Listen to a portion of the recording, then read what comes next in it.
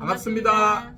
아파트 사이클 연구소 소장 이현철입니다. 배짜입니다. 네, 반갑습니다. 네, 소장님 오늘은요 제가 네. 뉴스 기사를 하나 봤는데요. 눈이 확 가는 이런 타이틀이었어요. 네네. 바로 15억 초과 주택에 대한 음. 대출이 금지가 되어 있었잖아요. 그쵸. 그거를 이제 해제하려고 고려 중이다. 아, 이런 예. 글을 봤단 말이에요. 네, 소장님도 보셨나요? 이게 네, 보긴 봤습니다. 맞아요. 이게 이전에는 15억 초과하면 이게 대출이 안 돼가지고 그것 때문에 사람들이 이제 매수를 못 하고 있다 이런 글들을 되게 많이 봤던 것 같은데 그런 거를 이제 해제를 보여주다 네. 이런 얘기를 해서 댓글들을 보니까 사람들이 되게 반기는 네, 이런 댓글들이 있더라고요. 네. 네. 소장님 어떻게 생각하세요? 일단은 지금 이 뉴스가 나오고 나서 막 사람들이 굉장히 이제 환호하기도 맞아요. 하고 걱정하기도 호해요. 걱정하기도 하고 맞아요. 네, 좀 많이 이제 그 이목을 끌었던 뉴스인 것 같아요. 댓글도 진짜 많이 맞아요. 달리고 네. 보기도 많이 봤던 것 같은데 그래서인지 모르겠지만 이제 정부가 약간 좀 빨리 대응을 한 것 같더라고요. 네. 그래서 보도 자료를 냈는데 이 내용과 관련해서 정부의 관계 부처 기관과의 협의 내지 검토를 한 적이 없다. 네. 이런 이제 보도 자료를 냈더라고요. 또 그러니까 보니까 정말 발빠르게. 네. 결론은 헛소문에 불과했다.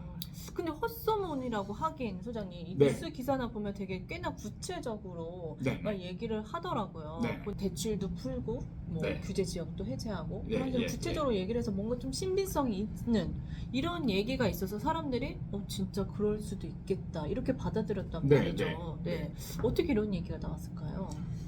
글쎄요, 제가 어떻게 이런 내용이 어디서 나왔는지 어떻게 알겠습니까? 어찌됐든 사람들이 원하고 있는 거잖아요. 이게 댓글들도 보면. 사실 그 부동산에 관한 뉴스들이 팩트 정해진 것들만 나온 적이 별로 없어요. 지금과 같은 일종의 찌라시 형태, 찌라시 같은 내용들이 굉장히 많이 이제 나왔었습니다.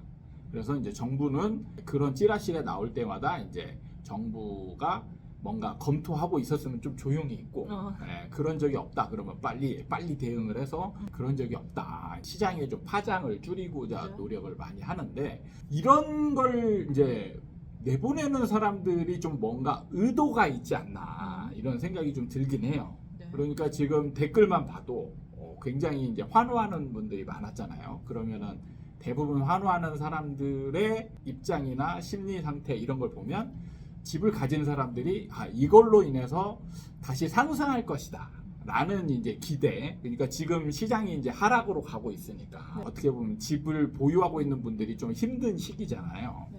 그럴 경우에 이제 정부가 규제 완화라든지 이런 것들을 공약으로 걸고 나왔으니까 규제 완화를 해줄 것이다 라는 이제 기대 측면과 일종의 압박이죠. 이거 해라 빨리. 많은 사람들이 원하고 있다. 그렇죠.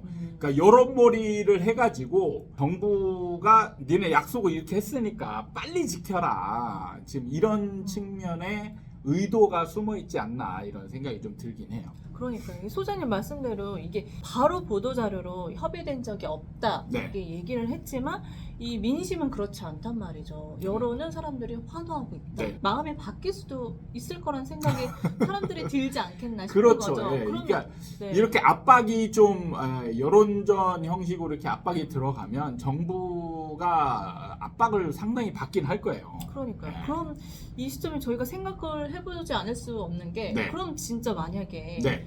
해제가 된다. 아, 그러면 시장에 어떤 영향을 미칠지 한번 생각을 해봐야 될 것 같거든요.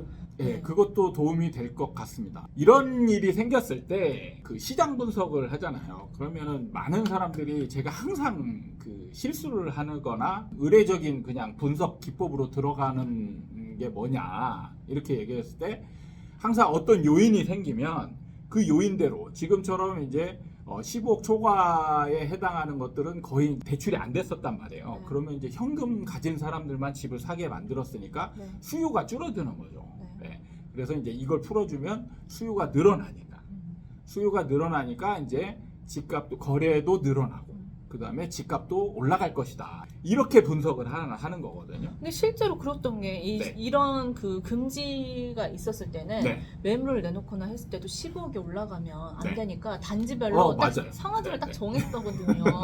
그래서 15억 이상은 내놓지 말아라. 약간 그렇죠. 이런 예. 게 있었어요. 한참 이제 상승장 때 그런 일이 배짱이님이 말씀하신 네. 상황들이 많이 벌어졌었죠. 그래서 동네별로 이제 14억에서 14억 한 5천, 9천 뭐 맞아요. 이 정도까지 딱 정해놓고 이 안에서만 이제 거래가 맞아요. 되는 그런 상황들이 많이 맞아요. 발생을 했었죠. 실제로 그래서 15억 대출 규제가 생기면서 수요가 많이 줄어드는 것도 맞아요. 근데 여기서 이제 강조하고 있는 부분이 뭐냐면 항상 제가 강조하는 게 뭐냐면 시장 상황이 먼저라는 거예요. 시장 상황이 먼저 있어야 이 요인이 생겼을 때 그 시장 상황에 대입을 하는 게 맞는데 네.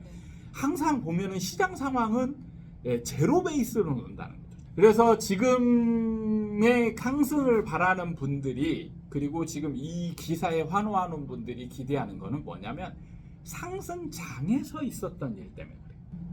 상승장에서 있던 걸 생각하고 지금 그걸 해제해주면 그때처럼 될 것이다. 그렇죠. 이렇게 생각합니다. 그러니까 상승장 때 규제로 인해서 수요가 많이 탈락을 했고 네. 그래서 지금 실제로 사고 싶은데도 자금이 없어서 못 사는 사람들도 꽤 많다. 근데 문제는 지금 서울에 있는 거의 대부분이 이제 15억 이상이 돼버렸단 말이죠. 그쵸. 30평형대면 네. 거의 이제 그러니까 이제 사고 싶어도 진짜 못 사는 상황이 벌어진 거예요. 상승장 때 그 상황을 지금 전제해가지고 사고 싶은 사람이 진짜 많다라고 가정을 하고 있는 거예요. 그것만 해제해주면 살 사람은 많다. 네, 많다 이렇게 되는 건데 이게 이제 잘못된 분석이 뭐냐면 시장 상황이 변했잖아요. 두 가지를 크게 좀 봐야 되는데 첫 번째는 사람들이 왜 그때 상승장에서 그렇게 사려고 노력을 했을까?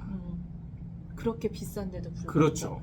이 부분을 이제 봐야 되는데 상승장에서 그렇게 대출을 받고서라도 사려고 했던 게 뭐냐면 집값이 계속 올라가기 때문이라는 거예요. 그러니까 비싸게 주고 사도 그 이상으로 더 그 올라갈 이상으로 거라는 계속 게 올라가니까. 그러니까 여기서 이제 비싸다의 개념이 좀 조정이 돼야 될 게 여러분들은 이제 금액 기준으로 비싸다 이렇게 생각을 하거든요. 근데 그게 중요한 게 아니고 비싸게 샀는데 더 올라가면 싼 거죠. 오늘이 그러니까 제일 싼 날이다. 그렇죠. 그런 말이 있어요. 그러니까 상승장에서는 비싸게 줘도 계속 올라가니까 시세 차익이 확실하게 들어올 게 눈에 보이니까 어떻게든 사려고 했던 사람들이 늘어났던 건데 지금은 이 상황이 바뀌었단 말이죠. 15억 규제가 없는 구간이 있잖아요. 네. 그럼 그 사람들은 열심히 사야 될 거 아니에요. 안 사잖아요. 아예 그냥 10억 때문에 못 사는 게 아니라 전체적으로 다 안 사고 있다. 그렇죠. 지금 전체적으로 안 사고 있는 거지 15억 구간 이상만 막혀 있는 게 아니란 얘기죠. 그러니까 대출이 지금 되는 지역, 그 다음에 심지어는 생애 최초 80%까지 해줘요. 대출 지금 어마어마하게 잘해주고 있는 구간도 있어요. 네. 근데 그 사람들이 지금 집을 안 사잖아요. 불과 1, 2년 전 상황과 지금 상황이 시장 상황이 바뀌었다는 거예요. 그래서 사람들이 지금 이제 시장을 바라보는 앞으로의 전망 이게 바뀌었기 때문에 핵심적인 건 뭐냐? 지금은 이제 시세 차익이 생기는 거에 대한 의문이 들어있는 구간이다. 이거죠. 우리가 간과했던 게 이 지금의 시장 상황인데 네. 지금의 시장 상황은 이 시세 차익을 노릴 수 있느냐라는 그렇죠. 질문을 했을 때 네. 약간 의문이 드는 그렇죠. 시점이다. 이렇게 의문이 들면 네. 옛날 상승장처럼 대출을 해준다 해도 적극적으로 살 사람이 없어진다는 얘기예요.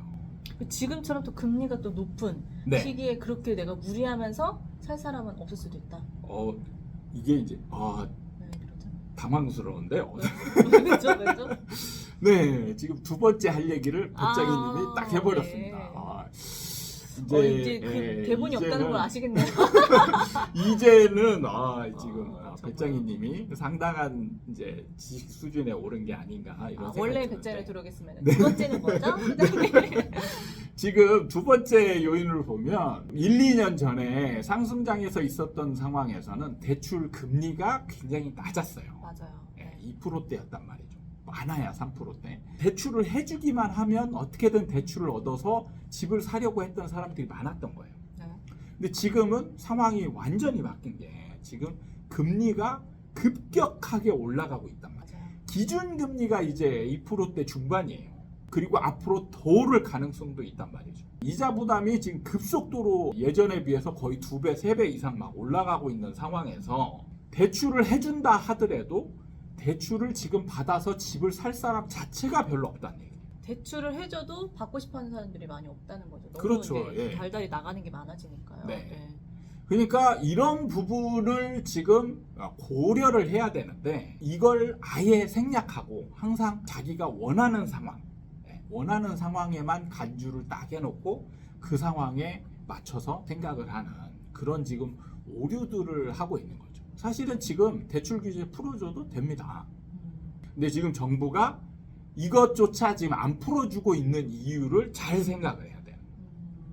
풀어줘도 시장에 그런 큰 영향을 미치지 않을 요인인데 네, 네. 또 불구하고 안 풀어주는 거 네. 강한 의지가 있다. 그렇죠. 이렇게 생각해도 되겠다. 그러니까 정부는 지금 절대로 상승은 용인하지 않겠다라는 의지가 굉장히 크게 담겨 있다라는 거예요. 이런 거는 제가 볼 때 지금 풀어줘도 크게 효과 없어요. 그런데 정부는 지금 이런 것마저 지금 조심하고 있죠. 그게 뭐냐면 돌다리도 지금 두드려보고 안 건너고 있어요. 그러니까 이게 보면은 뭐 대폭 완화, 규제 해제만 하지만 매우 신중하게 지금 결정하고 있다는 걸 지금 소장님은 느끼고 계신다는 거죠. 그렇죠. 네. 지금 규제 완화라는 아주 큰 공약을 걸고 갔지만 제가 강조하는 게 뭐예요? 공약은 지금 당장 지킬 필요 없다라는 거예요. 아직 시간은 많다. 네, 임기 내에만 지키면 공약은 지킨 게 되는 거죠. 지금이라고 대통령이 언제 지금 now 이렇게 얘기했나요? 임기 내에 규제 완화를 하겠다.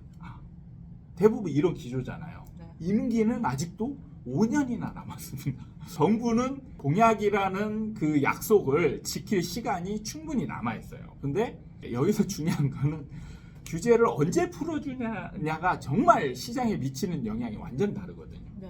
그래서 지금 앞으로 시간을 약간만 뒤로 미루기만 해도 규제를 풀어주는 효과가 시장에 미치는 영향이 거의 없거든요. 그거를 지금 제가 볼 때는 그러니까 원희룡 국토부 장관은 시장을 정말 지금 역대급으로 좀 이해도가 높다라는 생각이 많이 들어요. 그래서 대권을 정말 많이 노리고 있는 게 아닌가 이런 생각도 많이 들리기도 합니다. 제 생각이 아니고 많이 제가 이제 어디 가서도 원희룡 장관은 지금 저는 지지자 아닙니다. 지지자 아닌데 시장을 좀 잘 읽고 있다 이런 얘기를 하면은 다들 이제 나오는 게 그분이 바라고 있는 게 있잖아요. 큰 그림이 더 있다. 얘기가 나오긴 하더라고요. 뭐 그런 측면에서 보면 어쨌든 시장을 잘 읽고 정책을 수행하는 게 아닌가 이런 느낌이 들긴 해요. 그래서 시장을 바라보고 있는 시장 참여자들 입장에서는 내가 바라는 방향 이게 이루어지길 바라는 것보다 그러면 자꾸 왜곡시킬 소지가 많거든요. 주관적으로 보면 정말 큰일 날 것 같아요. 그렇죠. 지금은. 그래서 자꾸 좀 객관적으로. 그래서 제가 강조하는 이제 사자성어가 있는데 너는 그 단어밖에 모르냐 이렇게 생각할 수도 있는데 부동산에서 사자성어는 사실 몇 개 나올 일이 별로 없어요. 여기서 중요한 건 역지사지. 역지사지의 입장으로 항상 상대방 정부의 입장에서 고민을 해보고 어떤 정책을 지금 쓰는 게 정부 입장에서 지금 유리한가 이런 거를 지금 고민해보고 그런 다음에 나는 그거에 맞춰서 대응을 어떻게 할 것인가 이걸 해야 되는데 많은 사람들이 이제 이걸 이렇게 하죠. 내가 바라는 거. 나는 집값이 올라가길 바래. 그러면 정부가 이렇게 해주겠지. 공약을 규제 완화 공약을 걸었으니까 그러면 지금 해줄 거다. 당연히 규제 완화를 해줄 네. 거야. 그리고 나는 버텨야지. 이렇게 이제 생각하거나 또 폭락론자들은 원희룡 장관이 최근 들어 이제 하락 시키겠다 이렇게 했으면 이제 이제 폭락이 오겠구나 폭락 이렇게 이제 생각하면서 빨리 떨어져라 막 이렇게 하고 계시는데 이것들이 다 사실은 본인의 처한 입장에 따라서 지금 시장을 본인이 원하는 방향으로 가길 바라는 거죠. 정부는 하락도 원하지 않고 상승도 원하지 않아요. 그래서 적절하게 대응을 하는데 물론 시장이 정부가 원하는 방향으로만 가는 건 아니다라는 거죠. 그런 측면만 제대로 읽으시면 오류는 없을 것 같다.